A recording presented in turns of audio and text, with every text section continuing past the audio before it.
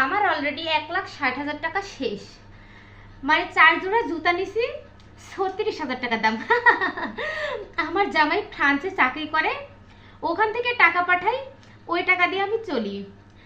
আর ঈদের শপিং কেনাকাটা সে তো শবে বরাতের পর থেকেই অলমোস্ট শুরু হয়ে গেছে। আমার হিজাবটার দাম নিয়ে আপনারা সবাই ট্রোল করছেন, তো আমার এই হিজাবটার দাম শুনলে আপনারটা কপালে একদম উঠে যাবে। তো সেটা আরো নাই বলি। আসলে চকচক করলে সোনা হয় না, শুধু ডায়মন্ড বসানো থাকলে কি এটা দামি হবে সেটা না। সবসময় দেখবেন যে যেগুলো জিনিসপত্র চকচক করে না, একটু ডিপ কালার, সেগুলো আসলে অনেক দামি হয়। তো আমার এই সানগ্লাসটার যা দাম আর এই হিজাবটার দাম শুনলে আপনাদের এই চোখটা একদম কপাল উঠে যাবে। তো দয়া করে কেউ টোল করবেন না। আর ক্যামেরার সামনে আসলে আমাকে একটু লজ্জা করে। হ্যাঁ, তো কি আর করার, আপনারা যেহেতু সাক্ষাৎকার নিতে আসছেন তো কথা তো বলতেই হবে, সে কারণে বললাম। তো সবাই ভালো থাকবেন।